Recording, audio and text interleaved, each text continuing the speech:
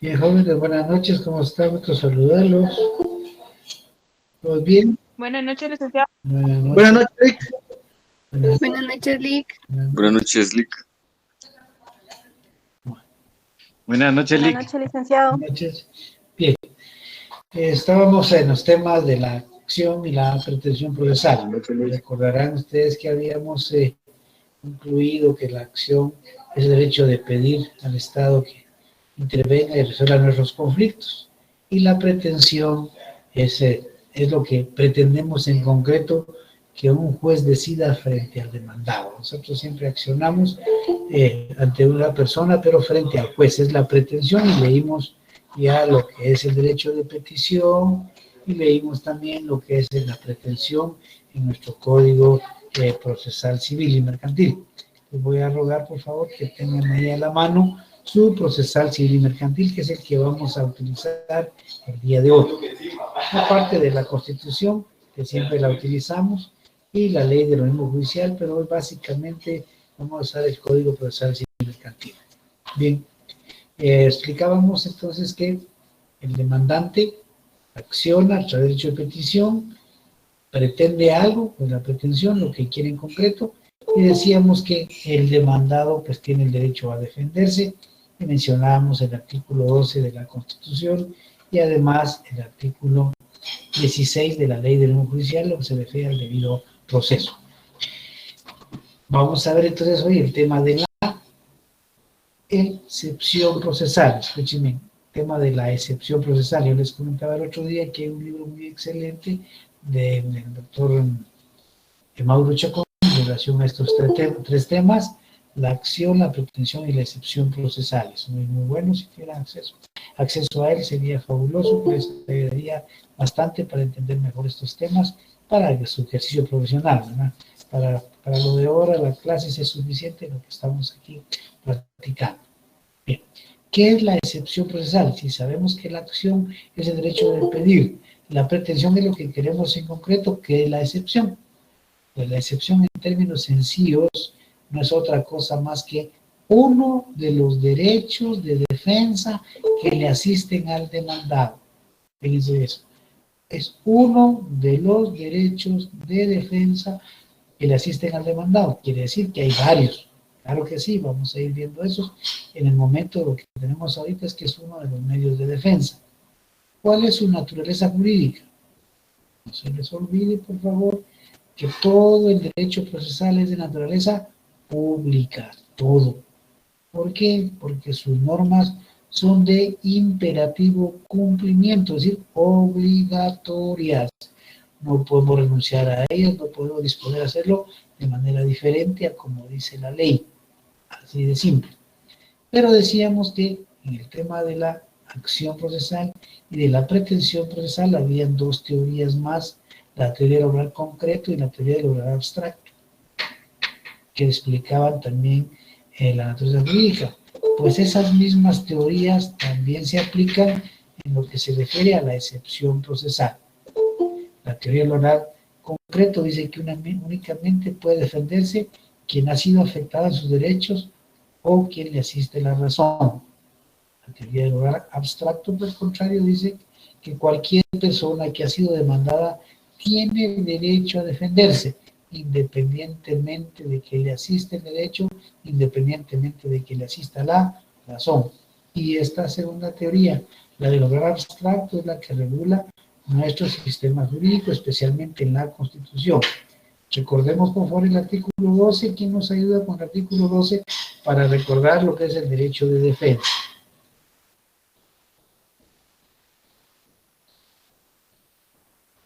¿Quién tiene su Constitución ahí lista? Que nos ayude. Artículo 12. Derecho de defensa. La defensa de la persona y sus derechos son inviolables. Nadie podrá ser condenado ni privado de sus derechos sin haber sido citado, oído y vencido en proceso legal ante juez o tribunal competente y preestablecido. Ninguna persona puede ser juzgada por tribunales especiales o secretos ni por procedimientos que no estén establecidos legalmente. Gracias, Cindy. Ya ven, el derecho de defensa es genérico, es para todos los ciudadanos, no impone limitación alguna, al contrario, es amplio, debe entenderse en toda su magnitud para la defensa de la persona y de sus derechos. Y eso mismo lo hemos leído en el artículo 18 de la Ley del Orden Judicial. ¿Quién nos quiere ayudar? Además de Cindy, que ya nos ayudó. ¿Quién nos ayuda ahí, jovencitos?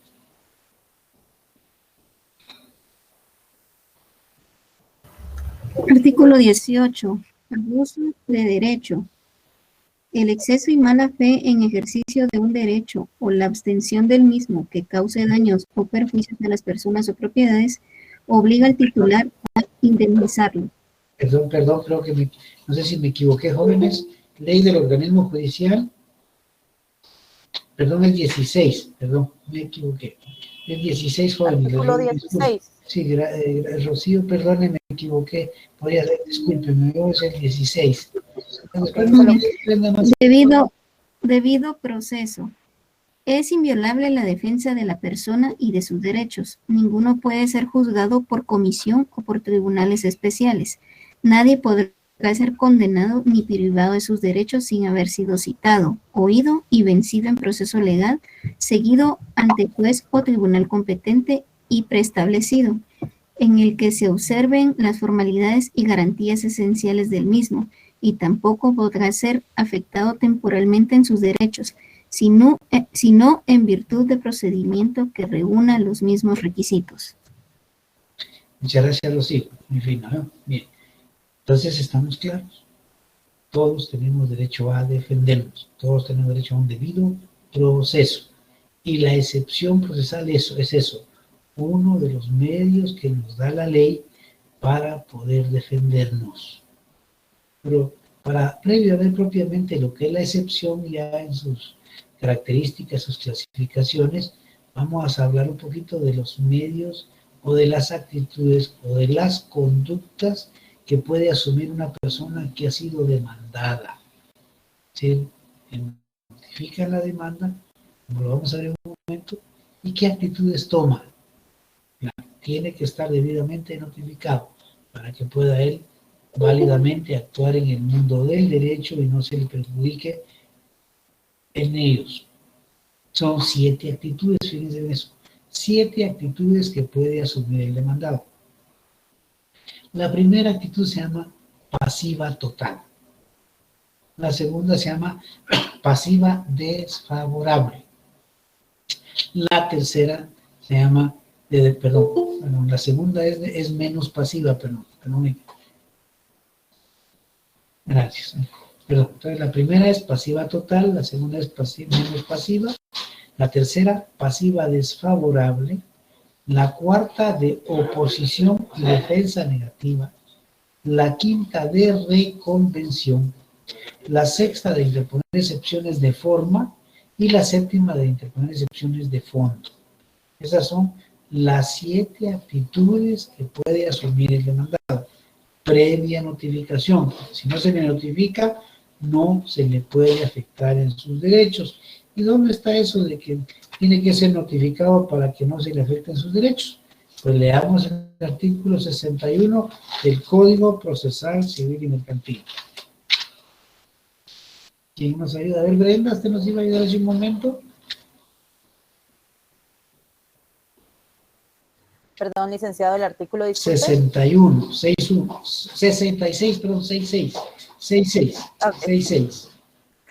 Ok, clases de notificaciones. Toda resolución debe hacerse saber a las partes en la forma legal y sin ello no quedan obligadas ni se le pueden afectar en sus derechos. También se notificará a las personas a quienes la resolución se refiera. Las notificaciones se harán según el caso. Primero, personalmente. Segundo, por los estrados del tribunal. Tercero, por el libro de copias. Cuarto, por el boletín judicial. Gracias, Brenda. Y ahora ya se puede también electrónicamente con el famoso casillero electrónico, ¿no? Entonces, fíjense bien, lo importante de ese artículo dice que tiene que estar debidamente notificado, si no, no se le puede afectar en sus derechos. Ya ha sido debidamente notificado el demandado. Ya tiene conocimiento de la demanda que han planteado en su contra. Y es ahí donde él tiene las 7 actitudes que hemos señalado. ¿Cuál quiere tomar? Decíamos que la primera se llama pasiva total. ¿En qué consiste esa de pasiva total? Pues consiste en que el demandado no comparece al tribunal, ya sea de forma escrita, y si es un juicio oral en forma oral, no comparece. Simple y sencillamente, él guarda la demanda, si quiere, no le interesa, dice no quiere saber nada, por razones personales, familiares o de salud o lo que sea, pero simplemente no comparece. Cuando la persona no comparece en el tiempo que le han señalado, que tiene que hacerlo, entonces se da la figura de que se llama la rebeldía. Él se le declara rebelde o contumaz, también se llama rebeldía o contumacia, entonces es rebelde o contumaz. Esa es la primera actitud, es la más rara, porque todo el mundo se defiende, ¿no? Pero se dan casos en que las personas no comparecen y han sido debidamente notificados. Se le declara rebelde. ¿Dónde está eso? Veamos el artículo 113, por favor. 113 del Código Procesal Civil y Mercantil. ¿Quién nos ayuda?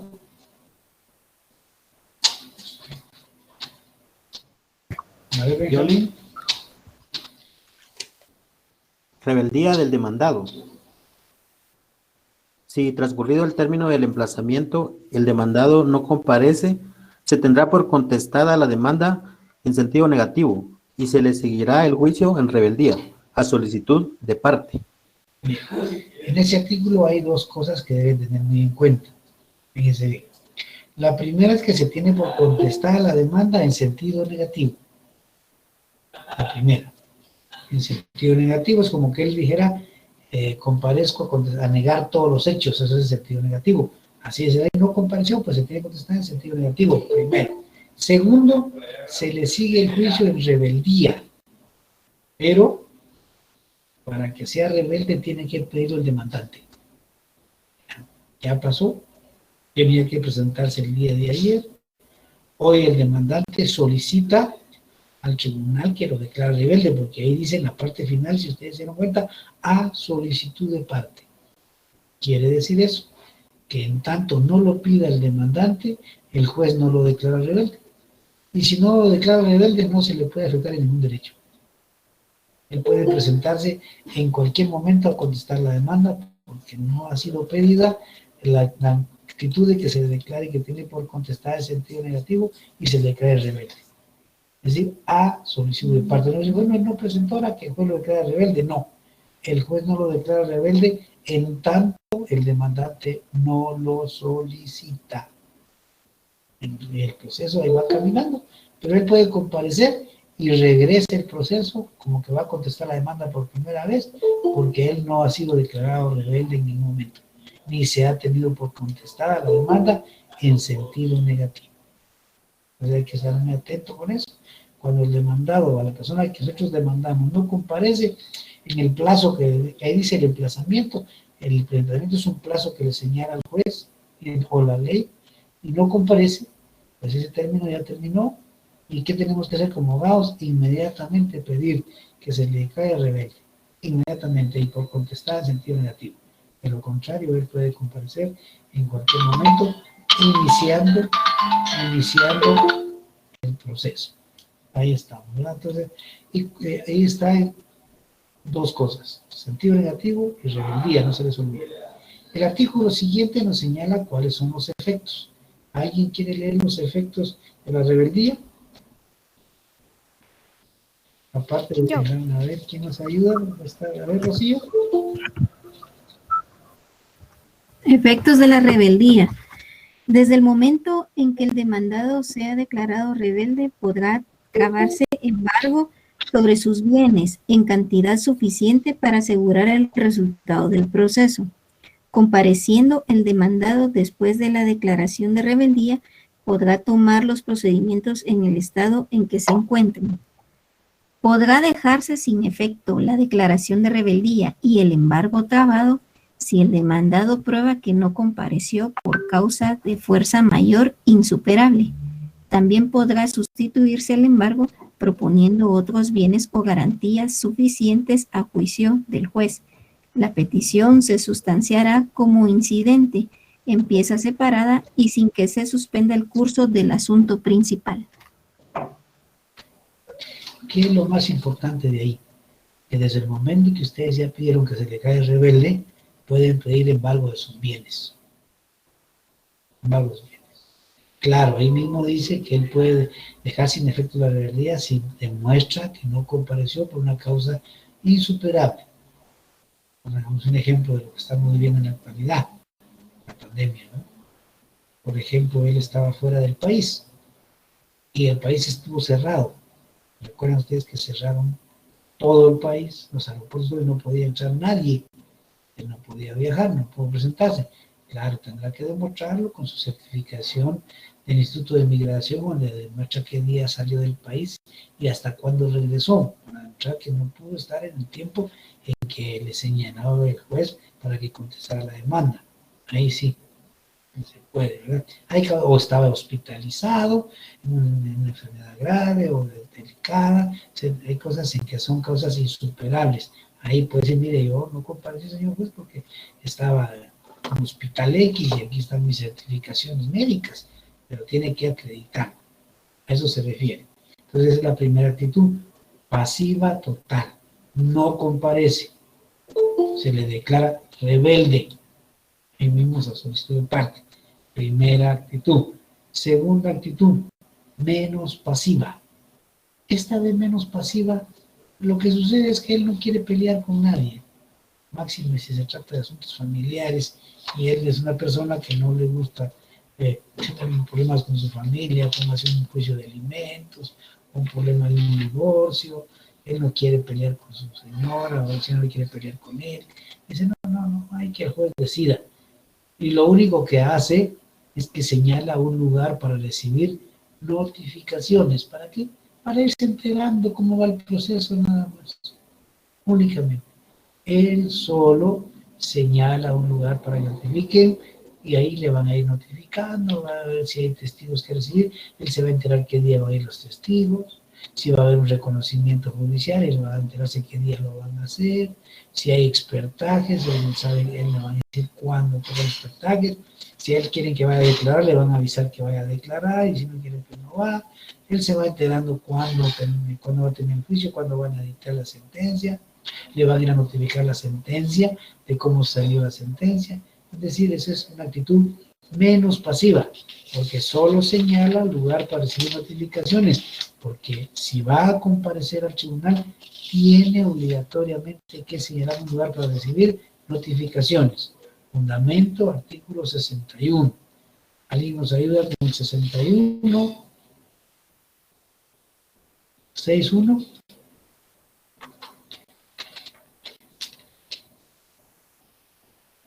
A ver, ¿quién? Escrito inicial.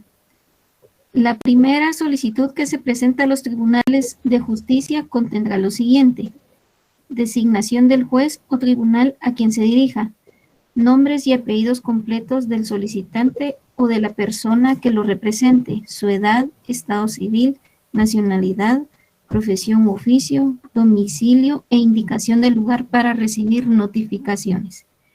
Ahí está claro. Miren, dice, indicación del lugar para recibir notificaciones. ¿Siga, Rocío? Relación de los hechos a que se refiere la petición, fundamento de derecho en que se apoya la solicitud, citando las leyes respectivas, nombres, apellidos y residencia de las personas de quienes se reclama un derecho. Si se ignorare la residencia, se hará constar la petición en términos precisos, lugar y fecha, y firmas del solicitante y del abogado colegiado que lo patrocina, así como el sello de este. Si el solicitante no sabe o no puede firmar, lo hará por él otra persona o el abogado que lo auxilie. Dice toda primera solicitud, quiere decir la primera del demandante, y en este caso la primera del demandado. O sea, si él quiere señalar una parcial de notificaciones para enterarse cómo va, tiene que reunir todos esos requisitos del artículo 61, porque son los requisitos que le señala la ley, que son los mismos de la demanda. Al contestar la demanda debemos reunir los mismos requisitos. ¿Dónde está eso?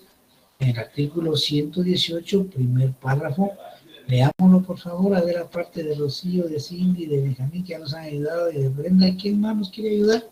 ¿Le ayudo, profe? Gracias, Fernando. A ver, ayúdenos. Constatación. Siempre Sí, del estamos procesal ahí, civil, ¿no? ¿no? ¿Quién dijo que nos iba a ayudar? Si quieres, lo ayudo yo, Lick. A ver, ayúdenos, Juan Daniel. Constatación de la demanda. La constatación de la demanda deberá llenar los mismos requisitos del escrito de demanda. Si hubiera de acompañarse documentos, será aplicable lo dispuesto en los artículos 107 y artículo 108. Ahí nada más, ahí está bien, Juan Daniel. O sea, ¿ven? Está ahí nada más, hasta ahí está bien. Ahí estamos. O sea que si ustedes demandan, llenan los del artículo 61, 106 y 107. Si ustedes contestan la demanda, aún solo para hacer notificaciones, tienen que llenar los del artículo de esos mismos, como lo dice el 118. ¿Qué sucede si no lo hacen así? Pues ahí mismo la ley le da la sanción en el artículo 27. Lean el 27, por favor. ¿Quién nos dijo que nos iba a ayudar? ¿Alguien más había hecho que colaboraba? 27. Estamos en el procesal civil mercantil. Sí, Estefan. Por favor. 27, me dijo. Artículo 27. Fundamentos legales. Los tribunales rechazarán en forma razonada toda solicitud que no llene los requisitos que la ley establece. Claro, no dice mayor cosa. Es simple el artículo. No hay un rito, se lo rechazan, como que no lo hubiera presentado. Ya, el incumplimiento de esos requisitos está sancionado con su rechazo. 27. No se les olvide. Esa es la actitud menos pasiva. Lo único que hace el demandado es señalar un lugar para que le notifiquen cómo va tramitándose el proceso.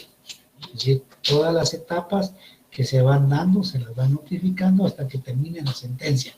Él no pelea tampoco con nadie, pero no se le declara rebelde como la primera vez, como en la pasiva total. No, aquí él comparece, se le tiene por apersonado y se le notifica donde él señala. La tercera se llama de allanamiento. Ojo y oído en esto. Aparte es el allanamiento que estamos viendo ahorita a lo que es el allanamiento en derecho penal por la comisión de hechos delictivos. Ustedes han escuchado noticias que dice, hubo un allanamiento en tal lugar. ¿A qué se refiere eso? Que allanan una casa, una oficina, una bodega, qué sé yo, porque hay ahí cuerpos de delitos o se cometió un delito o pueda cometerse un delito, es el allanamiento en materia penal. En el procesal civil mercantil el allanamiento implica que el demandado acepta los hechos que le señala el demandante. Acepta los hechos, eso se llama allanamiento. Por ejemplo, si alguno de ustedes me plantea una demanda argumentando que yo le debo dinero y yo comparezco al tribunal y digo al señor juez, llenando los requisitos que la ley dice, que es el 61, 106, 107, 118, lo contesto y digo, sí señor juez, es cierto, yo tengo la deuda, no se la he pagado, razones no tengo por qué explicarlas, o si quiere las explico, mire, no quiero pagarle, no tengo dinero, no tengo trabajo, simplemente le debo. Estoy aceptando. En esos casos, cuando él acepta, cuando él se allana, ya no tiene ningún sentido que siga el juicio. ¿Para qué va a llevar el testigos? ¿Para qué van a recibir un dictamen de un experto? ¿Para qué van a pedir informes a un banco? ¿Para qué? Para nada, si él ya aceptó. Lo único es que él acepta, el juez lee el memorial donde se allana, y donde ve que dice, bueno, ya se allanó, se señala una audiencia para que el demandado comparezca personalmente, ya sea solo o con abogado, como él quiera, y comparece a ratificar, es decir, a decir que es cierto que él se allanó en el escrito que presentó. Ya ratificó, ¿qué le queda al señor juez? Al señor juez, solo dictar la sentencia, nada más. ¿Dónde encontramos la figura del allanamiento? En el artículo 115. A ver, ¿quién nos quiere leer el 115, por favor? Yo le... Bien, Edwin. Sí, el 115, allanamiento. Si el demandado se allanare a la demanda, el juez, previa rectificación, fallará sin más trámite. Ahí está, ¿no? ya solo lo ratifica y fallará sin más trámite. ¿Qué quiere decir eso? Que ya no hay nada más que hacer. Fallar es dictar la sentencia. El allanamiento, no se van a confundir con el allanamiento en penal. Penal allanamiento implica el entrar a un lugar por posibles hechos delictivos que se cometieron, se están cometiendo o se van a cometer, o porque ahí hay pruebas que pueden servir para inculpar a una persona o para esclarecer un hecho delictivo. Son dos cosas distintas. Aquí, en estas actitudes del demandado que estamos viendo, él acepta los hechos que el demandante le señala. Ratifica, se dicta la sentencia. Esa es la tercera actitud que asume el demandado. La cuarta es de oposición y defensa negativa. Esa es la común, ¿no? Todo el mundo se niega y dice, no, no es cierto, yo no debo, o yo no tengo dinero para pasar una pensión alimenticia, o yo estoy al día en mis pagos de arrendamiento. Esa es la normal, ¿verdad? Todo el mundo se defiende, aunque al final puede ser que pierda el juicio, o puede ser que no, pero esa es la actitud simple, es de la contestación de la demanda, contestación en sentido negativo. Y ya vimos que eso está, primero que nada, en lo que se refiere a la rebeldía. Ahí en la rebeldía habla de contestar la demanda en sentido negativo. En el 113, ahí ya lo vimos, complementado con lo que ya leímos del 118, de los requisitos de la contestación de la demanda. Contesta la demanda, se opone a la misma. Esa es la cuarta actitud. La quinta se llama reconvención o contraataque o contrademanda. ¿Qué quiere decir esto? Que el demandado en el mismo juicio demanda al demandante. Ahí mismo lo demanda y dice, yo lo voy a contrademandar porque lo que él dice no es cierto, al contrario, él fue el que cometió los hechos y aquí lo vamos a aclarar. Se llama contrademanda, reconvención o contraataque. ¿Dónde está eso? Veamos el 119, por favor. 119. Yolik. A ver, Roberto, gracias. Reconvención. Solamente al contestarse la demanda podrá proponerse la reconversión, siempre que se llenen los requisitos siguientes. Que la pretensión que se ejercite tenga conexión por razón de objeto o del título con la demanda y no deba conseguirse por distintos trámites. Y está bien. El 118. A mí me demandan, me opongo, contesto en sentido negativo y además de eso contrademando. Eso se llama reconvención. 5 actitudes que llevamos hasta el momento. La sexta se llama interposición de excepciones de forma. Estas excepciones de forma lo que atacan son formalidades, pues se llaman de forma formalidades. El escrito de la demanda no llena uno de los requisitos que dice el artículo 61, el 106 o el 107. Formalidades o el procedimiento está mal hecho. Son excepciones de forma. Fíjense en eso. Nuestro código no le llama excepciones de forma, le llama excepciones previas. Previas, ¿por qué? Como dice que previo a que sigamos, corrijamos errores. Por eso se llaman previas. Ya vamos a ver en la próxima clase lo que son los requisitos, las características y los elementos de las excepciones previas. De momento solo leamos cuáles son. 116 y 117. ¿Quién nos ayuda con el 116? Por favor, es larguito el artículo. Con gusto, Lick. Excepciones previas. Así es. El demandado puede plantear las siguientes excepciones previas. 1. Incompetencia. 2. Litis pedencia. 3. Demanda defectuosa. 4. Falta de capacidad legal.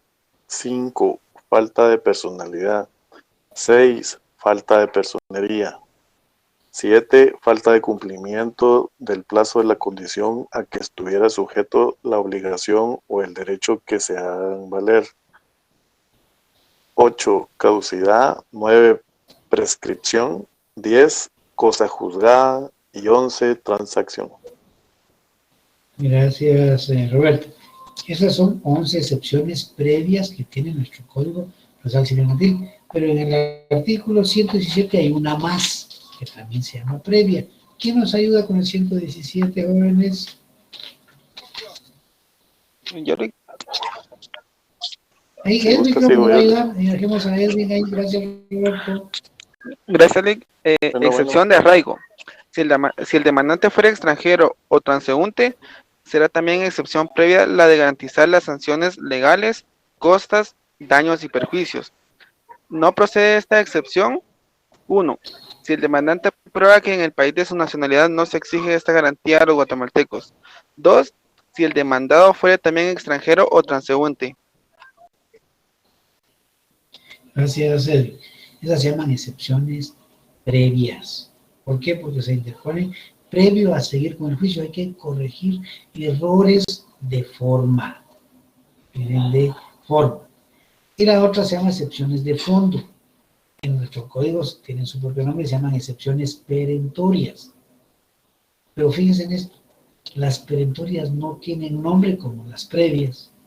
Las perentorias son defensas que la persona hace atacando la pretensión del demandante. Y ahora decimos que la pretensión es lo que quieren del demandado. Entonces el demandado ataca esa pretensión. Son excepciones perentorias. Por ejemplo, si el demandante argumenta que el demandado le debe la renta, por ejemplo, de X meses de vivir ahí alquilando un apartamento, o una casa o una habitación, y viene el demandado, interpreta una excepción perentoria de pago. Yo no le debo nada, yo le he pagado siempre, y acompaña los recibos, que está al día. Ahí atacó la pretensión. Fíjense bien, vamos a volver a eso. Las previas o de forma atacan la forma o el procedimiento. Las perentorias atacan el fondo del asunto, la pretensión del demandante. ¿Dónde lo tenemos eso? 118, párrafo segundo. ¿Quién nos ayuda con el 118, párrafo segundo? Ahí está. Ayúdenos, por favor, Eric. Ok, dice, artículo 218, contestación de la demanda, segundo párrafo, dice, al contestar la demanda, debe el demandado interponer las excepciones perentorias que tuviere contra la pretensión del actor. Las nacidas después de la contestación de la demanda se puede proponer en cualquier instancia y será resuelta en sentencia. Ahí estamos. O sea, excepciones previas, 116, 117, excepciones perentorias, 118, párrafo segundo. No se les olvide, previas, antes de que se plantea la demanda, nos notifican, en ese momento nos notifican, nos señalan un plazo para que lo hagamos, que vamos a ver eso en la próxima clase, cuánto tiempo le dan, cómo se tramita esos. Por eso te dieron que una parte dice, se tramitarán como incidente. Vamos a ver en la otra clase en qué consiste un incidente. De antemano, para que nos hagas una idea, un incidente es un juicio pequeño dentro del gran juicio. El juicio es grande, ahí hay un pedacito que le llaman incidente, que se utiliza, entre otras cosas, para resolver lo que se llaman excepciones previas. Y para eso es bueno que tengamos conocimiento ya de lo que son las clases de resolución, es decir, qué clases de resoluciones se dictan en un tribunal. Bueno, ahí ya dejamos nuestro procesal civil mercantil y nos vamos, por favor, a la ley del organismo judicial. 3, fíjense en esto, 3 son las clases de resoluciones que se emiten en los tribunales: los decretos, los autos y las sentencias. Decretos, autos y sentencias. La más sencilla es la primera, los decretos. Estos sirven solo para que el proceso camine, para que se vaya dando trámite. Presentó sus excepciones, viene a audiencia a la otra parte, a ver qué dice. Ya resolvió, ahora si hay pruebas, recibamos las pruebas. O sea, esos son para que el proceso, desde que se inicia, vaya caminando hasta el final que se dicte la sentencia. Son los decretos. Los autos ya resuelven excepciones previas y otros asuntos, como vamos a ver aquí en este momento, que vamos a leer, y las sentencias, que son las que resuelven el fondo del asunto, resuelven las pretensiones que tiene el demandante y las pretensiones que formuló el demandado al defenderse. La sentencia es el fallo final del juez, que acepta o rechaza las pretensiones de las partes. Leamos por favor el 141, Ley del Organismo Judicial.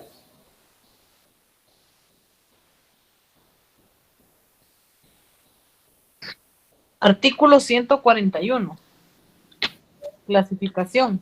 Las resoluciones judiciales son A, decretos que son determinados de trámite. B, autos que deciden materia que no es de simple trámite o bien resuelven incidentes o el asunto principal antes de finalizar el trámite. Los autos deberán razonarse debidamente.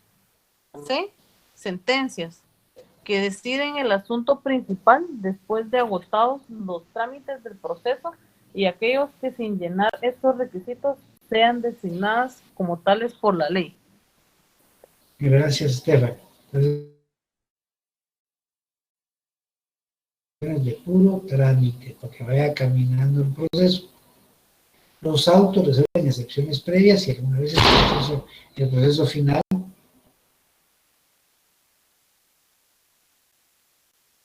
desistimientos que ya no quieren nada del proceso, ya quieren que se termine sin llegar a la sentencia. Ahí se presenta el desistimiento, se aprueba y se termina con un auto. La sentencia, eso sí, la sentencia resuelve las pretensiones. Eso sí, las pretensiones que hace el demandante y las pretensiones que hace el demandado cuando se opone o cuando reconviene o contrademanda. Pues en su mente ya deben estar para toda su vida, porque no hay otras clasificaciones más que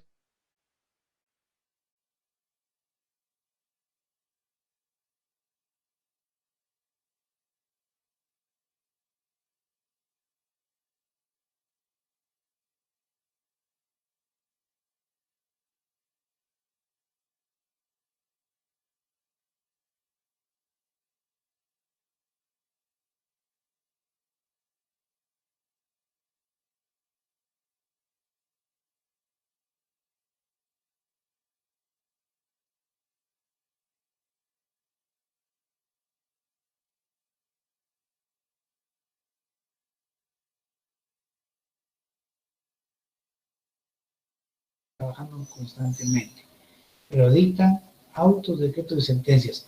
Ahora tienen un plazo para dictarse, sí. 24 horas siguientes de que se presentan los escritos. Cualquier escrito, la demanda, toda la reconvención, la apertura a prueba, todo eso se dictan en 24 horas.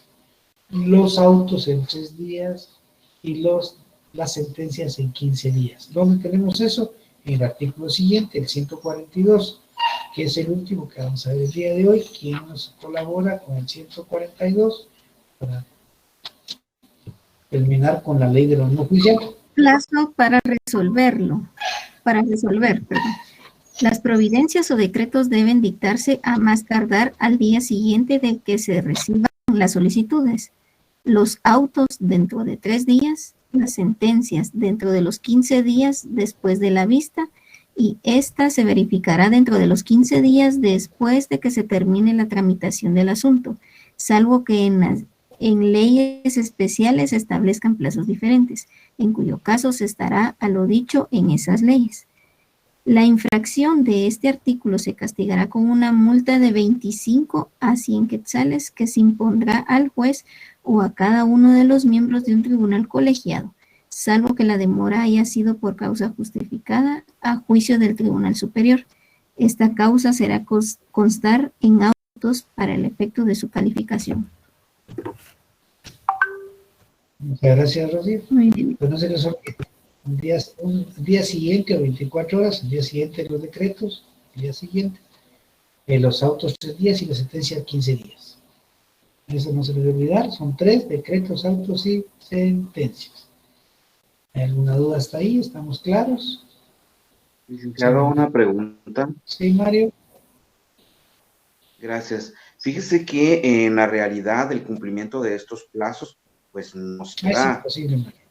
Eso es imposible. Esto Los tribunales no ¿verdad? se dan abasto. Mire, es lo ideal. Lo ideal, pero ahí no se puede, Mario. Cuando uno está litigando y va a los tribunales, se da cuenta que eso es humanamente imposible. Hay miles de procesos y en esos miles de procesos hay en el tribunal 3 compañeros oficiales. Imagínense usted que a cada compañero le toque llevar 300 procesos y de esos 300 procesos por lo menos entren 50 memoriales diarios. ¿A qué hora lo resuelve? Eso es imposible, ¿no? Los plazos no se pueden cumplir, es una realidad. Necesitaríamos tener no el triple, muchos más tribunales para poder solucionar ese problema que se llama mora judicial y que ustedes lo escuchan mucho en las noticias. No hay una mora terrible, no es posible. Un solo juez que tenga que dictar 200, 300 sentencias que corresponden a ese mes. Imagínense solo que hiciera que una sentencia cada 2 horas o cada hora para poder cumplir, pero es humanamente imposible por el trabajo que lleva a redactar una sentencia, analizar los hechos, ver las pruebas, ver el fundamento del derecho. De eso, Mario, todos estamos conscientes de los que ejercemos la profesión, que no podemos, tratamos de que no se atrasen nuestros procesos, no tanto, pero sí es lento. Y si ustedes como abogados no van a los tribunales a procurar su proceso que se llama, se van quedando porque llega la gente ahí, cuando ustedes van a un tribunal y ven que hay fila ahí de abogados viendo sus procesos y los compañeros oficiales tratando de quedar bien con todos, ¿no? Y eso no es posible. Y en eso, sí, la mora judicial es terrible, Mario.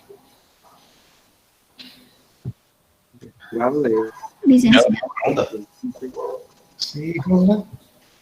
En relación a la contestación de la demanda, estamos hablando del ramo laboral o algún otro ramo. No, estamos en el civil. El laboral es el código propio de lo que ustedes van a ver es el código de trabajo.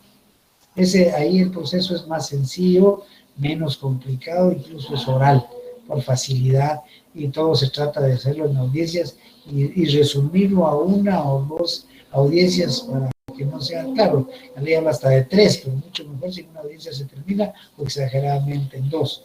El laboral tiene que ser práctico, hay un principio que se llama indubio pro operario, quiere decir eso que en caso de duda a favor del trabajador.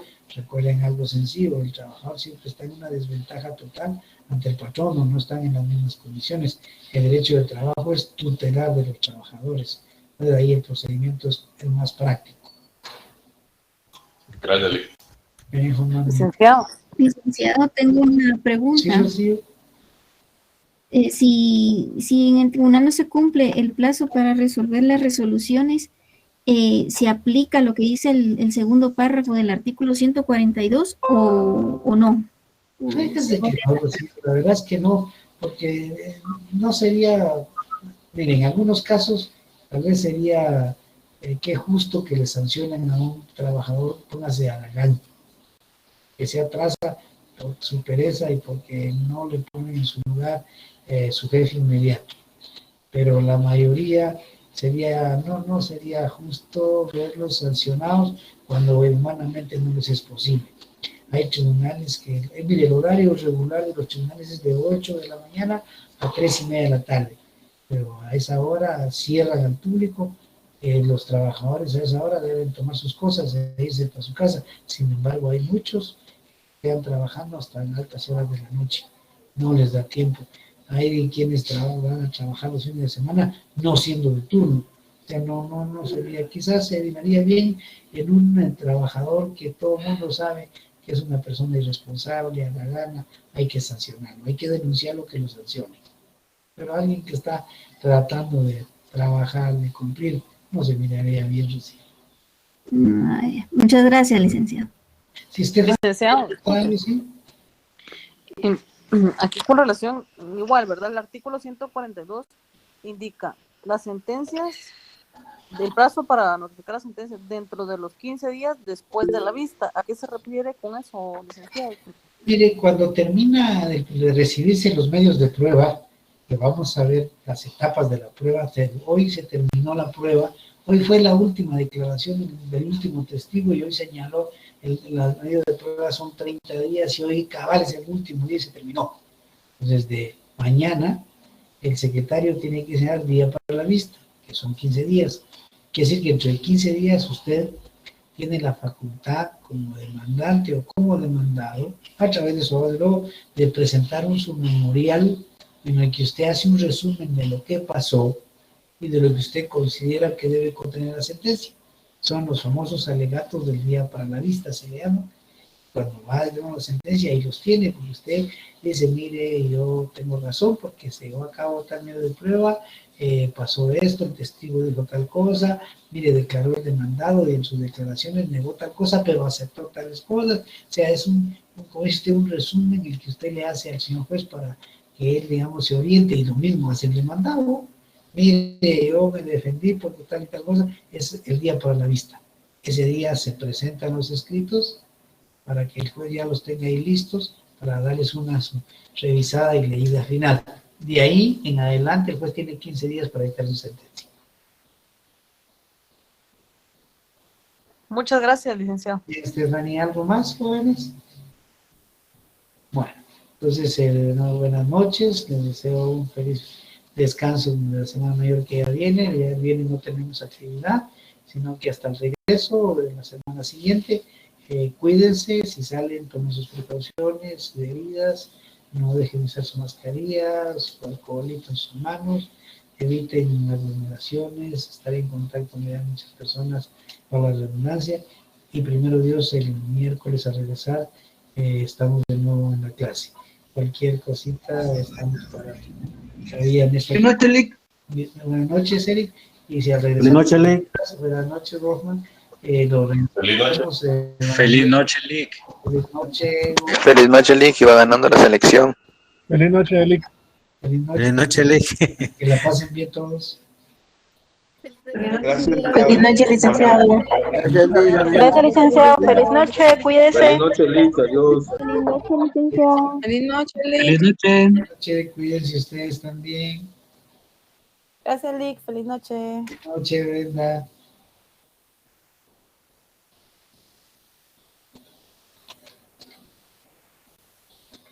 Buenas noches, Lick. Feliz noche, Lick. Buenas noches, Roberto. Feliz noche. Feliz noche, Lick. Feliz noche, Linet, Alejandra. Feliz noche a todos.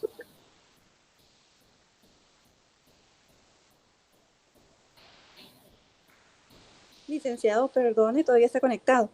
Sí, dígame, le escucho. Perdón, licenciado. Es que estaba revisando las aptitudes y en la cuarta, creo que copié mal, es oposición. Oposición y defensa negativa. Oposición, ¿verdad? Oposición y defensa negativa. Va, muchas gracias. Y la segunda es proceso. Es menos pasivo. Menos pasivo. Va. Gracias, licenciado. Feliz noche. Adiós. Feliz noche.